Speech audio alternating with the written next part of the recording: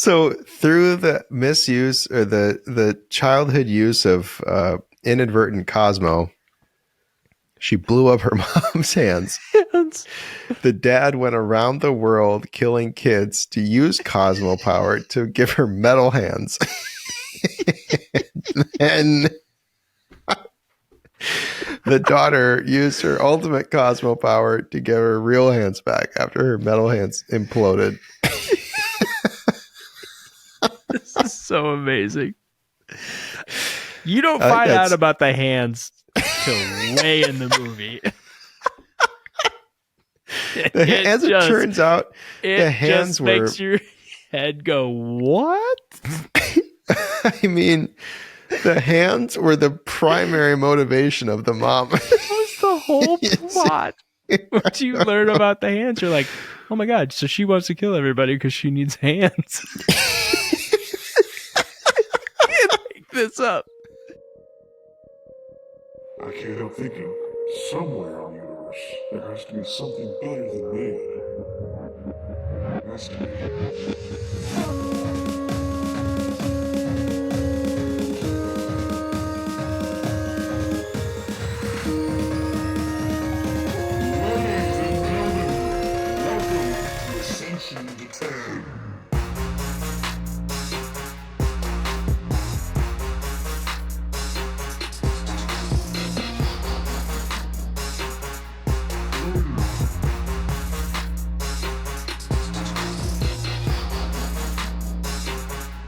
Oh, baby. Oh, baby. Oh, my We're God. Back. We're finally back. Season 2. Can we call this season 2? Well, let's do it. You're running a marathon. It might as well be season 2. It's season 2, folks. Marathon. I can't do a full marathon. I'm joking here. It's season 2. It's We've done season 2. it. It's been enough of a hiatus for us that we're Wow. So if any of you were wondering where we just evaporated and just vanished, we are back. we're here. Like it never didn't happen. That's right. It's all the same. It's never changed. It's all the same. No, all right, man. Well, so I feel like we do need to talk about why, at least in some ways, how it's taken us so long, despite the fact that you and I both watched a movie and we are not going to talk about that movie. Yep. When we're doing a different movie, but the last episode we talked about Birdemic because your chat GPT AI was like, this is one of the worst movies ever, which kudos to that. I mean, I'm looking forward to us doing that episode, but Brian is going to be on that one. Scheduling has not worked out. We've been trying to do this for what, 4 weeks? 3 weeks? Wasn't it before Christmas? As we're recording, it's February 9th. So yeah. It's been a minute. Yeah. Anyways, we've had some trouble with getting this just locked down and committed, and now we got it. We had to pivot. We're doing a different movie. We'll talk about in a little bit, but yeah, we're here. Yep. Sometimes life is you got to live it, right? And so that's right. It's not linear, right? Life is not linear. It's not even circular. No. Life is a toddler's doodle. That's what life is. Yeah. Well, but we're here, and we are very excited to be back. I think both of us were eager to get back in the saddle. We've had a lot of people ask, "Hey, when are you guys going to be back in?" And it's like, "Oh man, yeah, I know. We're looking forward to being back. We're just trying to get back into it." So. Yep. So, if you do listen, and if you are listening, and you have been waiting, we appreciate your patience. We do. And thank you for coming back. It's coming back to it with us. Yep. Season 2. It's gonna be a blowout. It's gonna be a blowout. It's gonna be a blowout. We say that having no plans to be any different. No. I mean, I have some notes here about things I wanted to talk about today. Okay. One of them, I'm just going to jump into it. Jad, tell me, what is the difference between Ron Jon and the Corn Palace?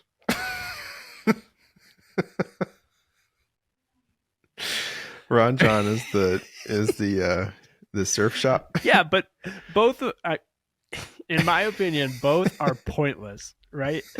Ron Jon is, I know it's a surf shop. But anybody that goes to Ron Jon buys bumper stickers and t-shirts. Corn Palace, what do you, is there even souvenirs at Corn Palace? Is there souvenirs at Corn Palace? That's a real question I have. I don't think I've ever been to the Corn Palace. Now thinking about this. So if anybody doesn't know what the Corn Palace is, in Mitchell, South Dakota, there is a building. It's not really a palace. It's just a building. And on the outside, they do art with corn of different color. Corn husks, right? Corn husks. Or is it ears of corn? I thought it was ears of corn. Fruited corn. Okay, so who cares? Oh, yeah, okay. All okay. Right. Multicolored. Yeah, ears, multicolored. Right? That's how. Yeah. I mean, in hues if it was just yellow, then what would be? Well, we're talking about hues of yellow to light brown, right? Well, yeah. In purple, that's the right? palette. Or purple, blue corn. Yeah. Okay. I mean, yeah. Mesa. Mesa. Maize. Maize.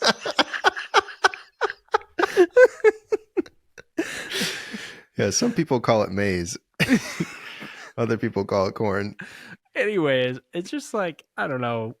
Somebody was talking about, I can't even remember. I saw a Ron Jon bumper sticker and it was just like, I was like, I remember going there. I'm like, what is the point of that? And I'm sure there are people that really do surf and get equipment there, but from the outside perspective of someone that doesn't live there, it's like, it's just a t-shirt shop, right? I mean, as far as I remember. Well, there are. I mean, those do exist, right? Like t-shirt shops to sling shirts, But yeah. Okay, fine, but it's just, still, I don't though, know, there's something that really just irritates me. I do get it though, it's because on that same level of slut life or the salt life shirt. Okay, yeah. So okay, so for anybody that has seen what it's called, Salt Life and bumper stickers, and I don't know if they, to your point, I guess I don't know if Salt Life has any other products other than bumper stickers. But if you've ever seen it, and we'll put it up on the screen here if you're watching the YouTube channel, Ascension to 10 podcast on YouTube. The font is so insane, right? It's like Comic Sans took a dump on an acid trip or something, and that's what the font they're using for Salt Life. And when I first started seeing, fell into the ocean and started like rusting. Desalinating and exactly. It's so stupid. And I kept seeing them around Nashville several years ago. And the best I could make out from, the distance that I was driving from all these cars is like, is this bumper sticker really saying slut life? Is that really what's going on here? And so then I've always called it slut life. And, but then I posed it to our friend group and I'm like, have you guys seen these slut life stickers? Never since. Every time we see one, somebody sends you a picture of it. Yeah. And so apparently it's Salt Life and has something to do with people enjoying the beach or something. I still don't understand what it is. I only know it by the sticker. But okay, do you want to share then the Ron Jon travel vlog that you did in high school? Well, yeah, this is the part that probably this is why I'm like, I don't understand this place. So we did a choir trip senior year. After we graduated, we went on a choir trip to Florida, and our first stop was Ron Jon. and we're a high school choir, and in just the middle of this Ron Jon store, we are singing songs, and like it's not. It's just like not choral the right songs place. too, like right? Choral songs, yeah. not like pop, we were singing, not we were pop or singing anything. Latin. We were singing Latin. We're singing Latin in a Ron Jon, and it's like, why? Like back then, it was like it didn't even click that this was just a weird situation. And now thinking back, it's like, why? Why did we do that? Like other places that we sang at a Lutheran church. And then we did sing at Disney, which I feel like that makes more sense because they probably have people coming there all the time. But yeah, why Ron Jon? Like it did. You know, and, I can. And then it was just T-shirts. That's everybody got T-shirts. That's what I remember. So yeah, I can remember. The shirts are pretty distinctive, right? The back has that kind of softish, rectangular. Yeah. You know, it looks like a sign, right? And then it's Ron Jon. It's just Ron Jon. It's just like it's like red letters, and it's just everyone has a white T-shirt and it says Ron Jon, and it's like a little thing, but it's. You know, it makes about as much sense. Well, it makes no sense for people in South Dakota to be buying these shirts. And I remember seeing. I mean, they're fairly popular. And it's like the equivalent of a Hard Rock Cafe shirt or something, where you go there to get the shirt, and then the food is just kind of crappy, right. and you're there to get the shirt because that's the only place you can get it. It's like going to that place called Dick's, where they just yell at you, and you're like, "Oh, this is so great!" Like the food sucks, and they yell at me. Yeah, Dick's Last Resort, right? Yeah, Dick's Last Resort. We went. Ed DeBevick's was the Chicago one, right? Yeah, that's right.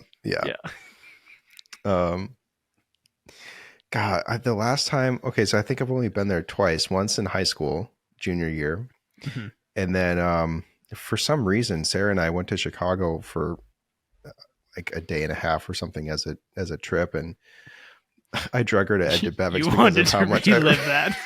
remembered from that. Awesome.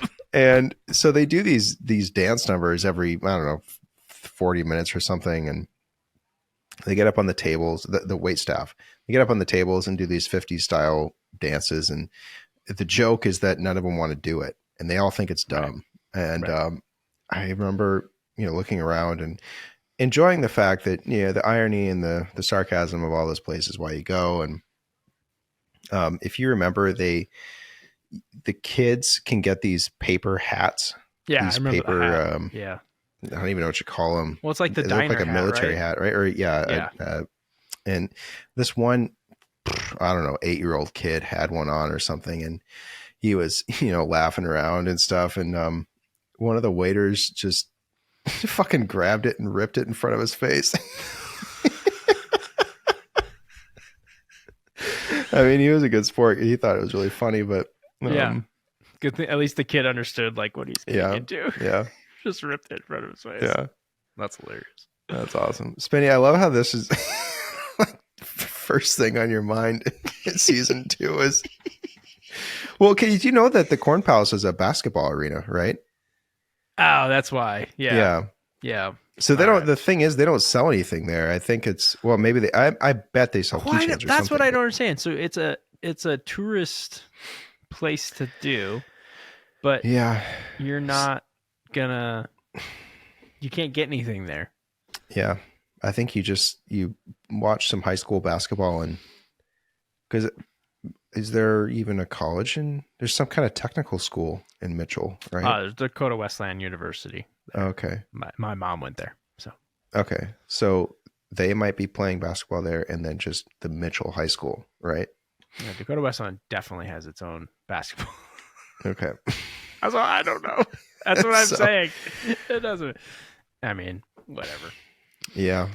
No, I had been sitting point. on that for like 6 weeks, so that's where it's like. Nice. Well, I'm glad we got that covered. Anytime I agree, there was some random things that we have talked about recently, like in our together, that I was like, oh, we should talk about that on the podcast. Yeah. I wanted to bring up something that again might last. This one will probably last about 20 seconds, but yeah, I saw something I've never seen before recently. Yeah. I never expected to see this. I had no reason to ever think that I would see this. Not that I thought it was impossible. Nothing is impossible. That's right. But there's plenty of there were more reasons to think I would never see this than to think I would see this. Okay. And let me describe it for you. A few weeks ago, I was 20 seconds. Okay. So I was sitting in a drive-through for something, and it was I don't know, like basically the middle of the day on a weekend or something, and I was sitting waiting in line to get the food, and I was looking over to my right. There were these weird kind of angular brick, potentially office buildings. I wasn't really sure what they were. Mm-hmm. And so I was looking at the weird, just because it was just, they were out of place with what else was around. And so a couple seconds after looking at this building, two women come out of this building wearing or carrying yoga mats and wearing just standard yoga gear, right? Okay. Yeah. The pants and the the tops and stuff, and that's exceptionally ordinary, right? Yeah.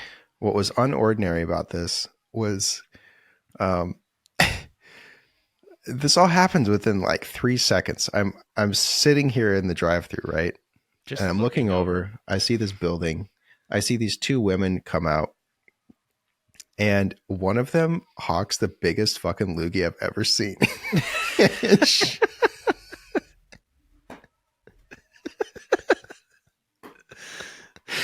And they were talking, and she just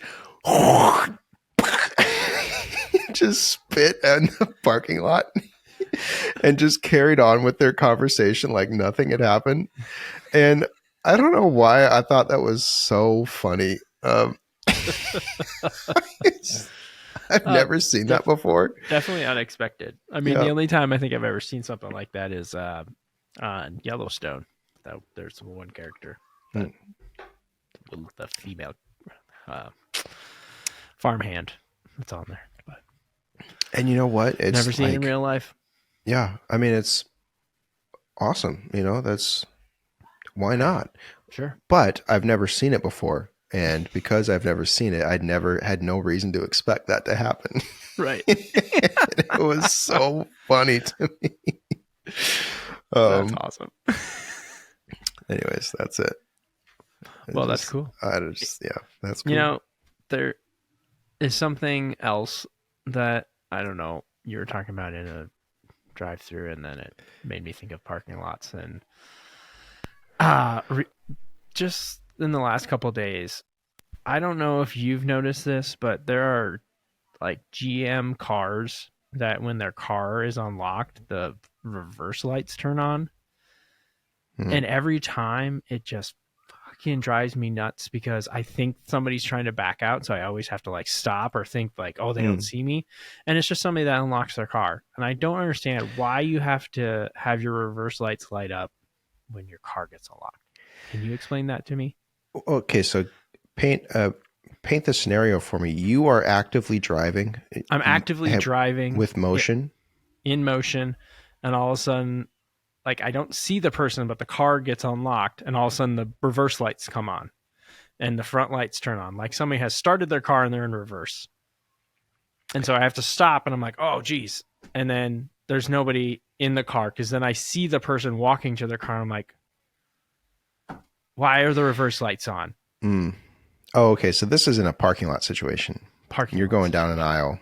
Yeah, I'm maybe you already said that. I'm looking for a good spot.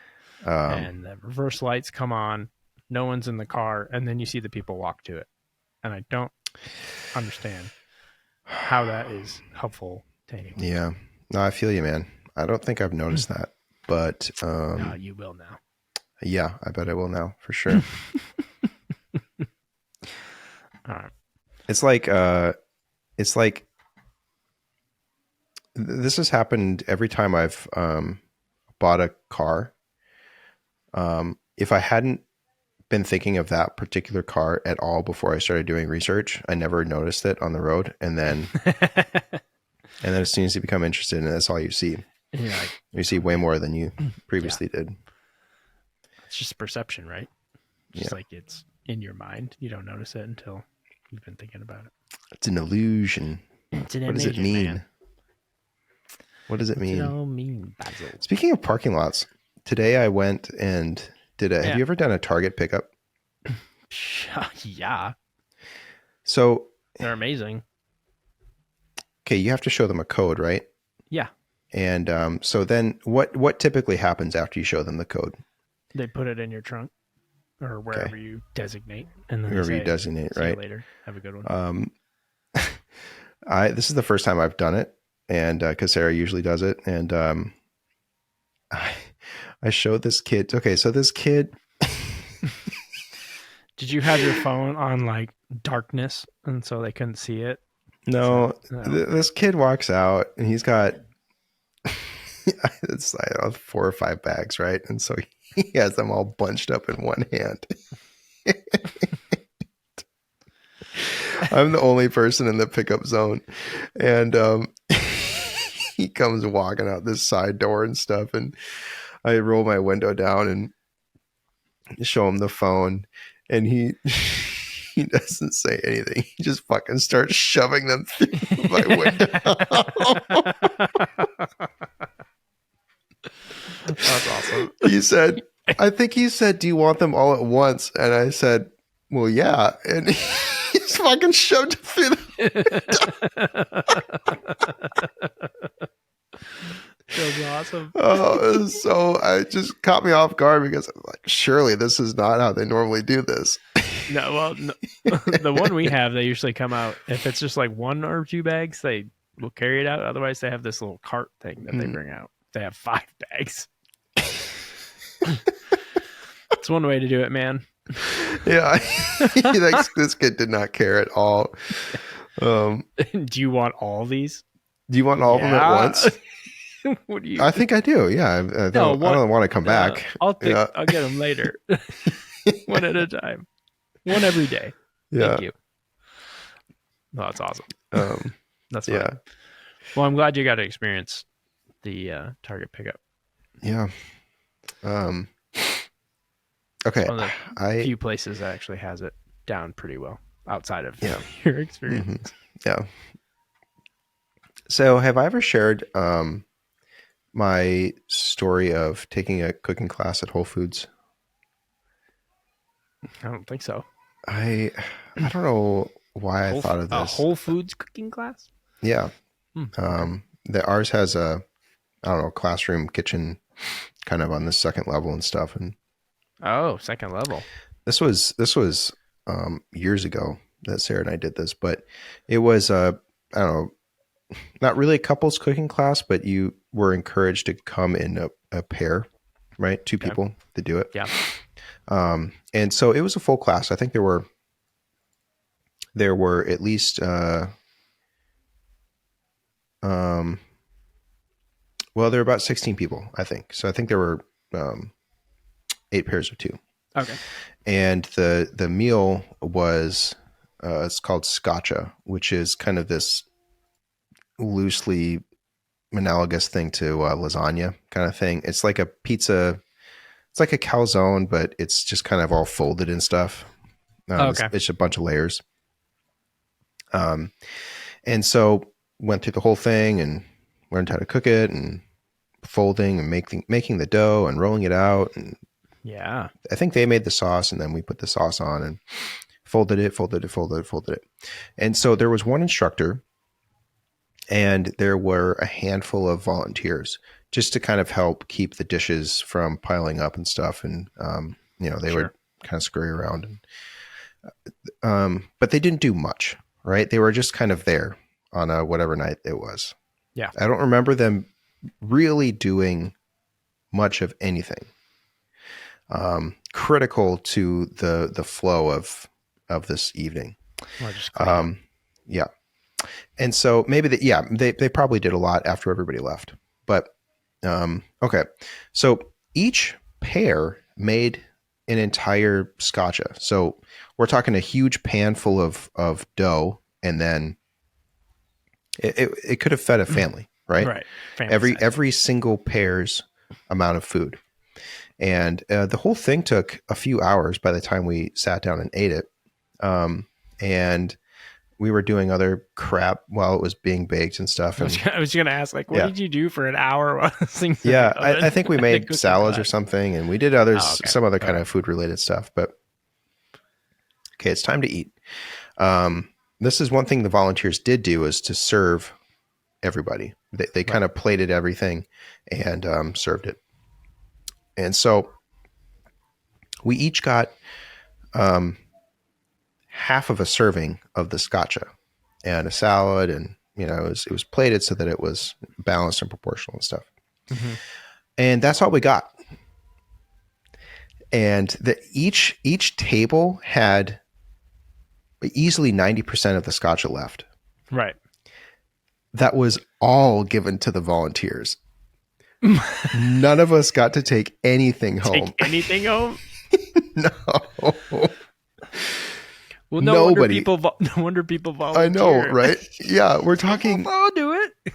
8 huge things of scotcha, and maybe one of them in total got eaten by the people that paid for the class. Did you at least get to eat your own? We don't even know, because we didn't we stuck them in the oven, and then that's the last time we saw them. That's the last time we handled them. And we it was good, but when we left, we're like, we should be taking the rest of this food home, right? Oh yeah. Because we paid for the class and the food. Yeah, it depends on the food class. I've done one where it's like you eat everything that you make, but it's like individual portions. Like what you did, we did a charcuterie one, and we had 2 giant plates of meats we had to bring home, and it was like, oh my gosh, this is way too much food. So you got screwed. Yeah. Could you have had a second helping, or did they this is it? No, because they were. Everybody got their one plate of food, and as soon as you were done, those dishes were gone, and they were packaging up all of the leftovers, or the not even leftovers at that point. The rest of the food they were packaging up, and there was this kind of back kitchen. Yeah, and all those people were just fucking chowing down. The rest of that food. These fucking idiots. They just made us dinner. Suckers, yeah. And my family just made us dinner. They paid for it. All I had to do is say I'll volunteer, and I got a free dinner for my whole family. Because, that's the thing. There were way too few volunteers for all of that food. Right? Right. Because, okay, I think collectively one scotcha was eaten by the class, and there were enough volunteers to eat one more scotcha. So that leaves 6 scotcha that they got to take home. That's awesome. That's great. So now, coincidentally, I did make a YouTube video many years ago on how to make scotcha. We'll link that below. That's on our you did? Our Forerunner sister channel, Toot Toot Lounge Multimedia. Is that TootTootLM Multimedia? Yep. Toot Toot Lounge Multimedia on YouTube. We'll put a link in the description. Go check it out if you want to learn how to make scotcha on your own. It's got pizza reviews on there too, doesn't it?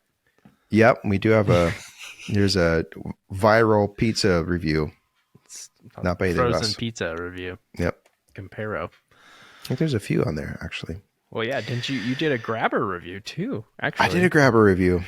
Wow. Yep. Very proud of that one. That one has maybe a 3 views. So, yep. 3. Well, now, shot 3P, so. Yeah. That was where the autobiography of Miles Davis, our feature film, was uploaded. I took it down, but I am working on. I will get that director's cut. Resurrection. Yeah, and we'll have to do a special on that. Cause are we gonna submit that to like, film through the? I think. What am I thinking of? Film festivals. I think we should submit that to wherever Birdemic was submitted, and see how well we do. Which, but that's tune in for the next episode because yeah. we will review that one. Birdemic. It's that that has a lot to talk about. There's a lot going on. On the other side, we decided to pivot and do another movie. And I think this is a good transition to Knights of the Zodiac. It's on Netflix. I literally just saw a trailer for this, and I was like, "Chad, look, this one looks dumb. Do you want to try this one?" He's like, "Yeah, that looks dumb. Let's do it." That's dope. Yeah. So here we are. Yep. Man, I wanted to give you this backstory because I didn't know this. I had no idea what this was about. I assume you probably have no idea what this is about. But this is actually based on an anime series that's called Knights of the Zodiac. Okay. And the main character is Saint Seiya and his saga. So it's bringing it to the big screen. So there's probably what do they call action, that? Live action adaptation? Yeah, live action adaptation of it. This budget had a budget of $60 million, and it made $6.9 million in the box Let's office. go. So it completely flopped. Wait, did this go to theaters? Or I figured that this was just straight to... I thought it was, but there is box office. So in the U.S. itself, it wasn't very much. I think we had... I don't know. Hold on one second. 1.9 million in the 1.09 million in the US and Canada, and then the rest was worldwide. So 5.9 million was in the world, but 1 million in US and Canada. I mean, how does that even work? Is that surely maybe it only went to like 10 theaters or something, or 10 cities. And, I mean, I have to assume that it didn't get released to everywhere. So that'd be the only reason that it didn't do very well or didn't have more. I don't know. I say that, but just the other day I was looking up movie times for Dune 2, and I was on Fandango and looking at what was currently playing, and I'd never heard of most of what was on there. And so... Yeah, there's a whole like these theaters host movies that get zero advertising. Right. There seems to be there was a dry streak there of like once Oppenheimer and Barbie came out, I feel like there was a big lull in like good movies for a while. So I will say before we get further into Knights of Zodiac, if anyone has not seen Wonka, they should see Wonka because Wonka is very good. We saw that.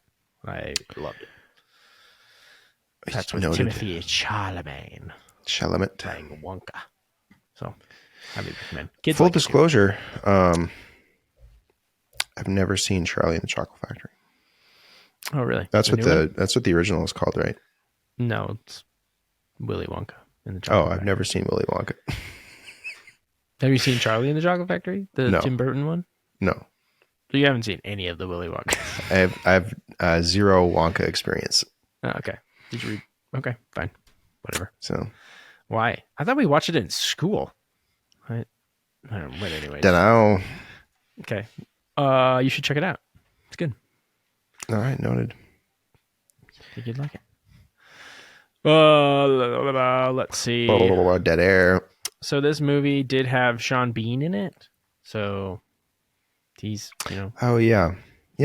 He's always kind of floating around these B movies. He's just in every movie. I mean, he's from Lord of the Rings, and then he's from GoldenEye, and then he's also Game of Thrones. He's in this. He's in the National Treasure. Plays a bad guy. Like in this one, he actually plays a good guy, so that's positive. And then the other lady is, I can't pronounce her name right. It's Famke Janssen. She's the lady from X-Men. She was in all the X-Men's. Oh, okay. And she's in GoldenEye too. I didn't know she was in that. Is that the same person? Huh? That's the same person? Yeah, I think so. Oh, wow. Anyways. I mean, yeah, they look pretty similar, so. Yeah, and then Mark Dacascos, who is from Double Dragon. That's where I know him. But he's the guy that is like Allman's second-hand man or the right-hand man with the glasses. Oh, yeah. The cool guy, the driver. Nice. So that guy's cool. Pilot. Pilot, just does everything guy. Sniper. Butler. I did a small synopsis, and then if you want, we can talk about Let's do it. It was hard. There's no more details that I could find on this movie, so that's why I was trying to dig up as much as I could, and there was only like 2 things. So, all right, let's try this. When a headstrong Street Fighter orphan unwittingly taps into hidden powers, he discovers he might be the only person alive who can protect the reincarnated goddess Athena while wearing dumbass armor, which makes him look like a child. At the same time, the bad guys look way cooler in armor. Eventually, Athena gets her powers back and gives her mom her arms back. Yeah, nice. Yeah. I don't know what is going on with this movie, but there is just sprinkled of like random things that you learn about throughout it, like the fact that her mom doesn't have arms because she literally has robot arms. When she was a baby, she coughed and she melted her mom's arms off. So the premise is that Athena is reincarnated into a baby, like a mortal baby, right? I mean, that's kind of the premise. And she somehow lands on Earth because one of the Zodiac night protectors is falling to Earth and is about to die. So he hands it off to Allman, who is Sean Bean's character, and then Famke Janssen. And I guess they decided they're going to raise her. But during this time, I guess Athena has a power surge. Blew up her arms. Her mom is holding her, and her arms get blown off from cosmic power. And it turns out that the mom just becomes obsessed with like staying alive and like going around the world stealing children and sucking the cosmic powers out of kids so they die so she can stay alive and keep her robot arms working. Yep. That's it. That's pretty much it. And the husband goes along with it for a long time, and then he's like, and then I guess he just decides that the wife is now like, we need to kill Athena because if we don't kill Athena, she's going to keep killing other people, and power's going to grow, and she's going to take other people's arms, and then nobody will have arms. And there is an element of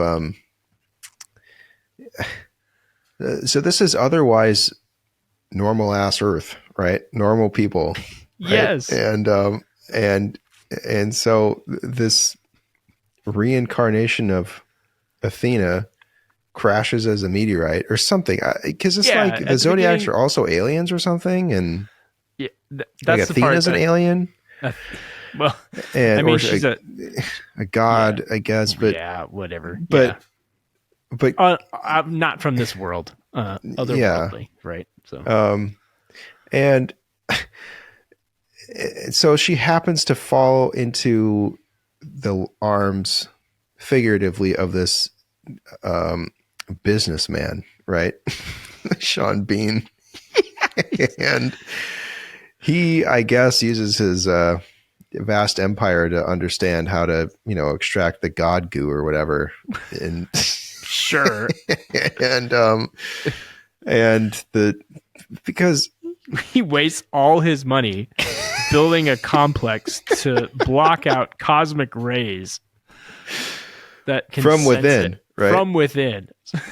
It's because amazing. So the technology that's developed within the lifetime of this girl Who's right? She's a probably 18, young adult, right? Is probably teenager / small young adult. Yeah. So they went from normal ass Earth to this one guy making goo extractors, and also like they can sense when she's doing her god stuff. Yeah. And then there's these, I guess the knights that are supposed to protect her are just randomly born throughout the world. Yeah, they don't know that they've been chosen, but somehow they give off the energy, and the bad guys are able to they just know immediately bring them in and where they suck are. them out. Yep. And it's like they fart, and then they're like, oh, got them. It's like emit some goo, and then that's a homing beacon to where they are. And I guess. Yeah. So one of the main characters, this kid, Seiya, is this, he loses a sister when he's young, and it really doesn't matter, but it opens up with him as getting ready to do some cage fighting. Right.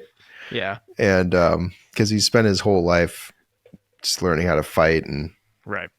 His sister was taken, so he wants to fight to get back to her, because that seems obvious, Yeah. and so there's this guy, this kingpin that runs the fighting ring. That's Cassio. And he's, I don't know, he's like kind of not a mentor, but he's also running the whole show and stuff. And so Seiya has running his first show, fight. But he's like the best fighter, right? Yeah, supposedly. Yeah. And Seiya's getting into the ring, and he's going against a guy who had just fought and won, and it's like, the only thing you need to know is there are no rules. And yet there's a ref in the ring. That starts it off wearing the gloves and stuff, and why have a ref? I don't know if there's no rules. There's no rules, and Cassio keeps getting upset because the kid is not actually fighting. He's dancing around the ring. Yeah. And so that finally Cassio just fucking loses it. That he's like, this dumbass isn't fighting. Cassio is probably our age, I would say. And in every way that you would think that you could picture a guy who was once cool in his prime and is just not cool anymore, is trying to hang on to it. He hops in there, he's strutting around, and nothing screams cool or like ultimate fighting warrior than a guy wearing a tactical vest and fucking gray sweatpants. Yeah, totally. That was his outfit for the first act of this movie, and he's strutting around in gray sweatpants and a tactical vest, and he gets in there and kicks the shit out of him, basically. And but to the point where Seiya then is getting beat up so much that like somehow it like releases his inner Cosmo power, and he has a flare up, and then the bad guys show up. It's a flare up. And then he has to book it out of there, and that's where he meets Allman, who is now protecting Athena, but her name's Sienna, and they're driving this giant this bulletproof truck, and his wife has the ginormous spaceship. Yep. I don't understand hovercraft thing. All of it's been developed in 20 years, whatever. He that's where they finally get back to the compound that we were talking about, where it senses Athena's power, and it's on an island, which, they talk about like it's an island. My dad's built this compound on this island. So were you under the impression that island was like they only live on that island? Pretty much, yeah. But it's clearly in Greece, right?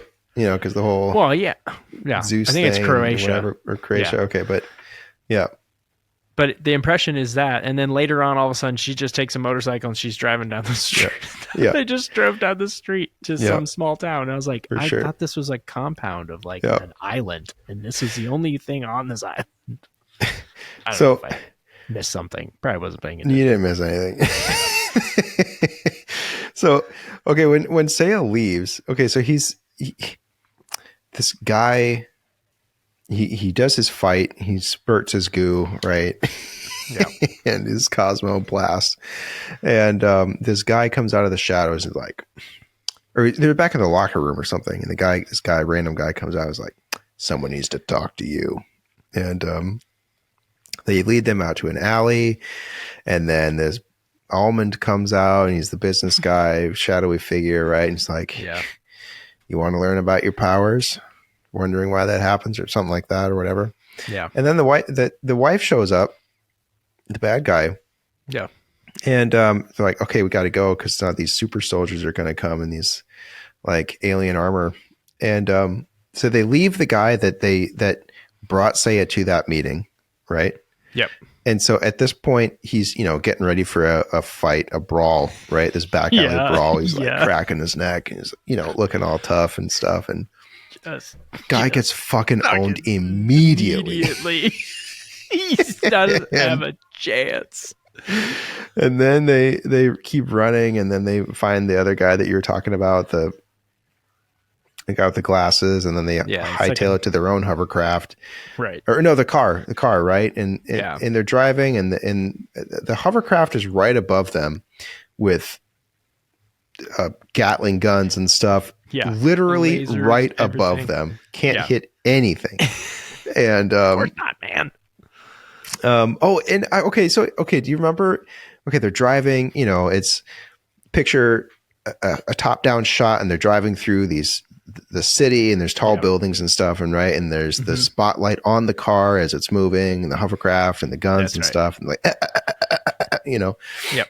And for some reason, it cuts to this shot where the helicopter is laying into the side of a building.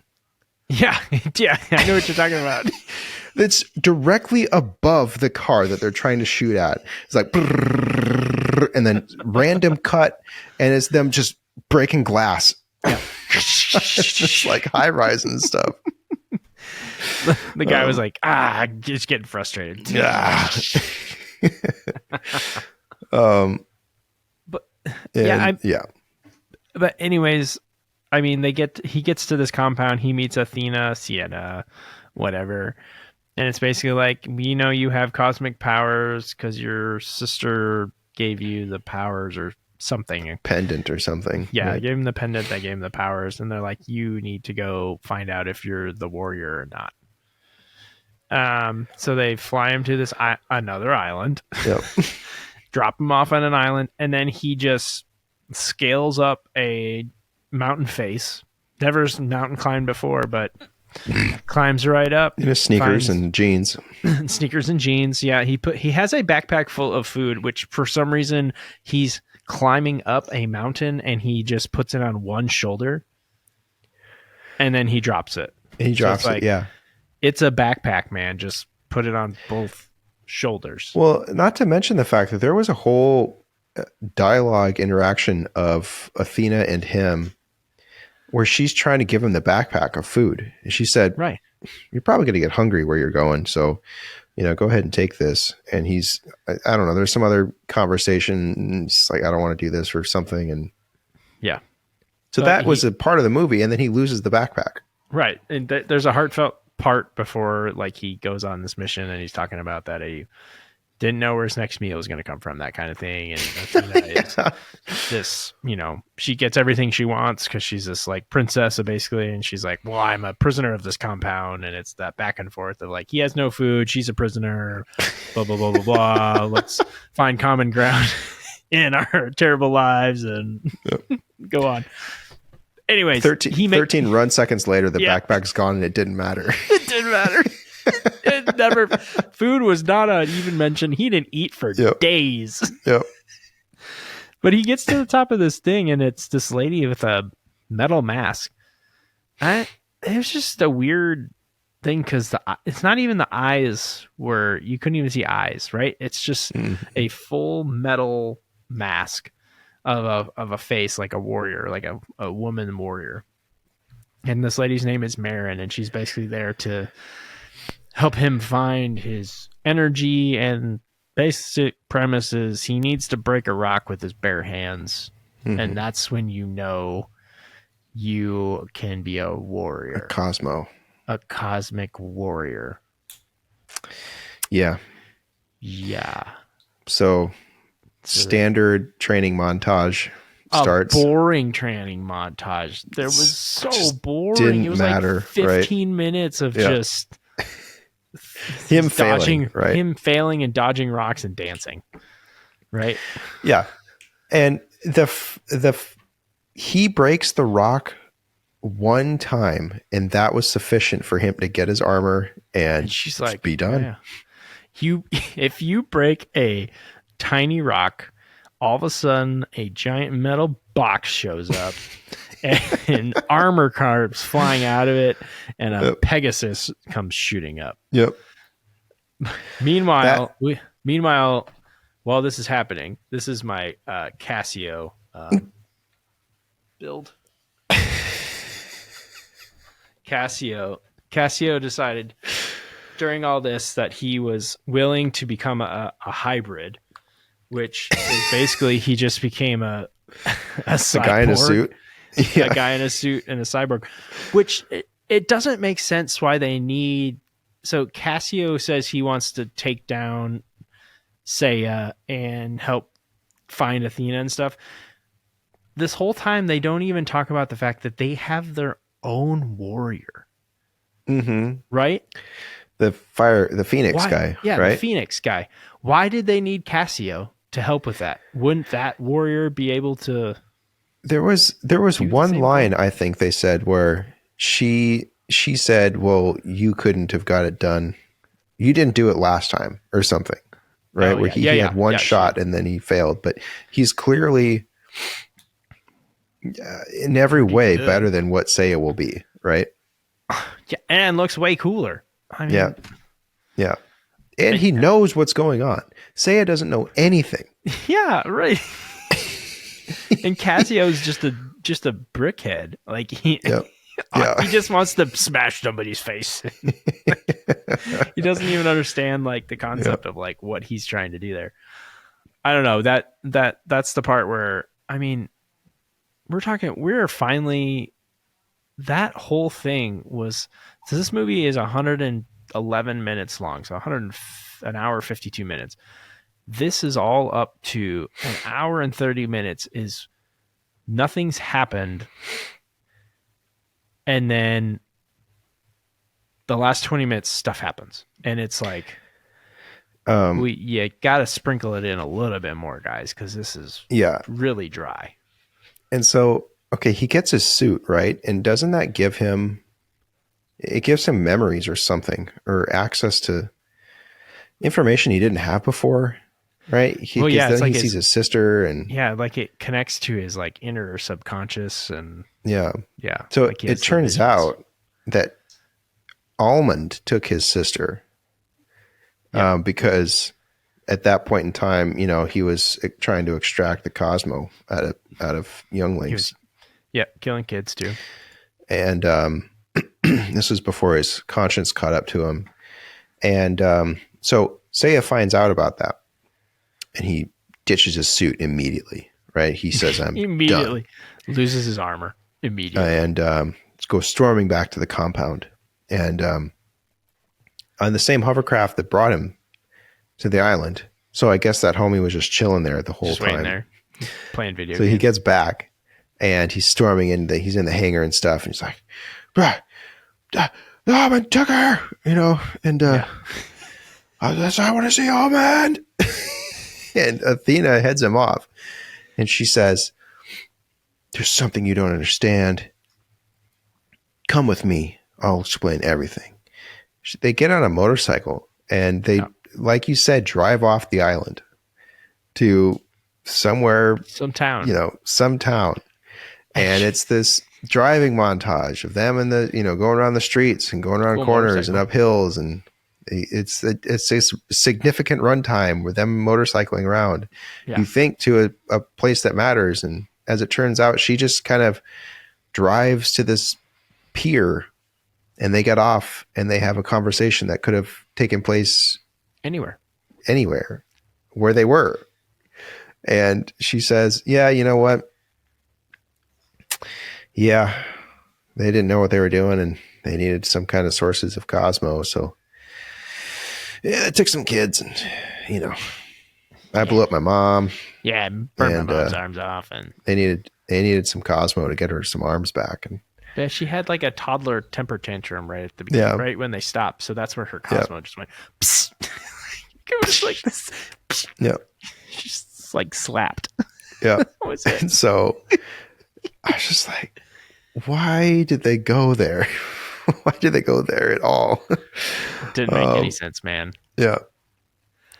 And then it was like, she said, you know what? I don't even know who I am. I'm supposed to be this Athena person, but I don't think that's me. And everything I know about Athena means she's going to try and dominate the whole world. And so if that ever happens, you got to kill me. You're the only person that can. He says, all right, I'll kill you. And then he then becomes her soldier and stuff. And then, there's some kind of blast, and now the mom knows where the compound is, and they go there, and they who cares? They take Athena, right? Yeah. And there's a fight, and they take Athena. They take Athena. The dad basically destroys the whole compound, and he dies with it. And they take Athena, and then Seiya is sitting there with Almond's secondhand man, and is like, "Let's go get Athena." And yeah, and the whole time that guy, he's trying to shoot these soldiers with guns that all have bulletproof armor. But he's like, haha, you like my special bullets? That he has, up until that point, he had been using just normal guns. It did nothing. And then he had a revolver with a couple of magic bullets. And he only killed one person, and then that person came back to life somehow. Yeah. None of them died. And wasn't he supposed to be... There was some kind of... They knew that the jig was up, right? That they were going to come. And so Sean Bean says, all right, go to the hangar, and I'm going to stay back. You know what I'm going to do. Just make sure Athena's safe.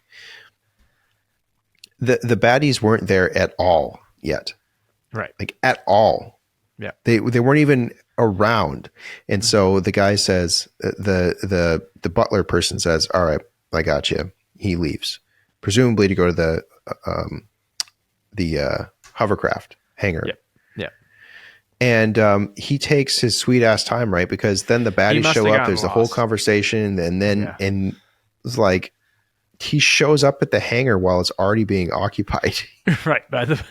Well, the other thing that was awesome too is so they see that is it the Garad, or is that the girl's lady's name? Anyways, they call it the Garad. But it's like the bad guys. Like they see the ship land, and they're like, "Oh, you know what we should do? We should just close these 2 wooden doors, and then let's all just stand in a line with our guns pointed at the door and see what happens." Yeah. Yeah. It blows up, and then they all just die. Did not work. It's like, what was the point of that? Yeah. Anyways, it really ran out of steam. And there is an epic battle between Seiya and this other guy so it's basically the Phoenix Warrior versus the Pegasus Warrior, because Seiya finds his inner powers and he becomes the warrior officially, and is trying to save Seiya or Athena. And they have this epic battle, and then Athena is awoken, and she like has full power, and the Phoenix Warriors like, well, she was almost dead because the mom was extracting all their Cosmo. Yeah, right? The mom took her, and she was sucking up all their Cosmo. Good mom. But when she's at 91%, basically power taken, the mom's like, "Oh, I'm having second thoughts." Yeah, I don't want to do that. So she tried to kill the Phoenix with her metal hands, but she just blew up their hands, so she had no hands again. Yep. Yeah, she ends up with no hands. Doesn't have hands. Get over that part. So, and wait a minute. Then she gets some shrapnel in her shoulder from the Phoenix. She can't move. She's dying. And Athena. Okay, so say averts catastrophe by talking Athena down somehow. I don't even know. I don't think I was paying any attention at that point. They were like using their their head voices. Like their minds were connected somehow. Because she's like, Athena is taking over. Do what you can to stop her. And then he's like talking to her, but not actually talking. It's just like the voiceovers. And it's like, and don't he's just worry, like, I'll stop. take care of you and we'll get this stopped. And then everything stops and they're together. And then, she goes to find her mom and she's like, don't worry, I got you. Let me just put my hand on your chest and I'll give you way more Cosmo juice and I'm going to give you real hands back. Yeah. So she gets real hands back. So this whole movie was about mom getting hands. So through the misuse or the childhood use of inadvertent Cosmo, she blew up her mom's hands. The dad went around the world killing kids to use Cosmo power to give her metal hands. And the daughter used her ultimate Cosmo power to give her real hands back after her metal hands imploded. This is so amazing. You don't find out about the hands till way in the movie. As it turns out, the hands makes your head go, what? I mean, the hands were the primary motivation of the mom. That was the whole plot. Once you learn about the hands, you're like, oh my God, so she wants to kill everybody because she needs hands. Make this up. That is what it was about. Oh. Incredible. Just incredible. I have to say, when I found out about the hands, I enjoyed the movie more because it was so ridiculous. I just my God. The whole premise. That all came in the last 30 minutes of the movie. Totally. It's just an hour of just boredom. Yep. Of this lame finding myself and learning if I have powers or not, and then they keep just dropping dropping the arms. Athena's talking about blowing them up, being a baby, and then you're like, what? Oh, and then they sucked all the Cosmo out of people, and they had an example where they showed a kid actually having his Cosmo sucked out of him. Yep. I was like, oh, jeez. Here's how much this movie didn't matter. At no point, who is the trainer? Mona? Yeah. Mona. She has this red hair and she's in this warrior outfit. Marin. And she's, a badass and stuff. And ostensibly she could solve all these problems, right? She knows how to be the ultimate warrior. She can't leave Zodiac her island though. Person. Yeah, she's locked to this island. Yeah. And she wears this mask at all times. Yeah. Even when they're sitting around a campfire eating, she's wearing the mask, right? Right. She's not human. This movie matters. It doesn't matter to the point where I didn't once think about what's behind that mask, or what's are they going to show her face, or are they going to get to know each other and she's going to take off the mask and stuff? You bring a good point, because the only thing that I thought when I saw the mask, I was like, this is weird that I can't even see the eyes. Yeah. But you're right. At no point was I like, what's behind the mask? Because I didn't care. Yeah. Is she a normal person? There's just one part where she's like, years old, or you need to get some rest. And she just leans back with her arms behind her head and just goes. Yep. This was a who cares movie. This was a perfect 8 to 10. Yeah. Submission. Not even a submission, a find. Random That's find. good. Yeah, it's just a random find. So, well, I think it's that time. It's the Ascension to 10 podcast. So we do rate these movies on 11-point scale. 10 being the best thing you've ever seen. Ascension being the worst thing that you've ever seen. Jad. This is season 2, episode 1, right? Season 2, episode 1. We're starting out with an Ascension. Zodiac. You really think it was a full-on Ascension?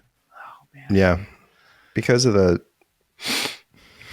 hands. Because of the hands, right? I mean, I think if they said nothing about the hands, I never want to watch this movie again. But just the hands was just over the top.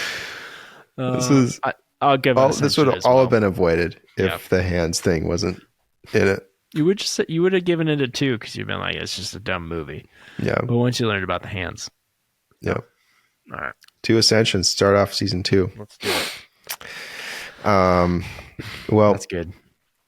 In the spirit of picking random movies. Now, next episode will hopefully be Birdemic. But hopefully the movie that we'll do after that, I also just happened to see not even a trailer for it, just a movie poster for it on my TV. Like, yes, when I turn your TV on, you see ads, right, for all this crap, right? Stuff. And I saw this ad for this movie called The Fifth Wave, and it just screamed Ascension to 10. So I don't know anything about it. I don't know nothing about nothing, and we're gonna watch it. Okay. Oh, it's got Chloe Grace Moretz in it. I don't think I know anything. Ron Livingston's in it. From Office Space? Yeah. Hell yeah. Okay. Let's see. All right. Well, I know nothing about this either. We'll see. We'll talk about it next week, but I will say that it probably made more money than you think it did. Okay. Well, I mean, that's usually a good thing when if it's, I don't know. If it's shit and also made a lot of money, then that's a market for that. I think that's it, though, right? I think that is it. It was good to be back. I hope you guys enjoyed this one. Yes, enjoyed it. We'll get back at getting these out on a regular basis. And thanks for sticking with us for season 2. Yep.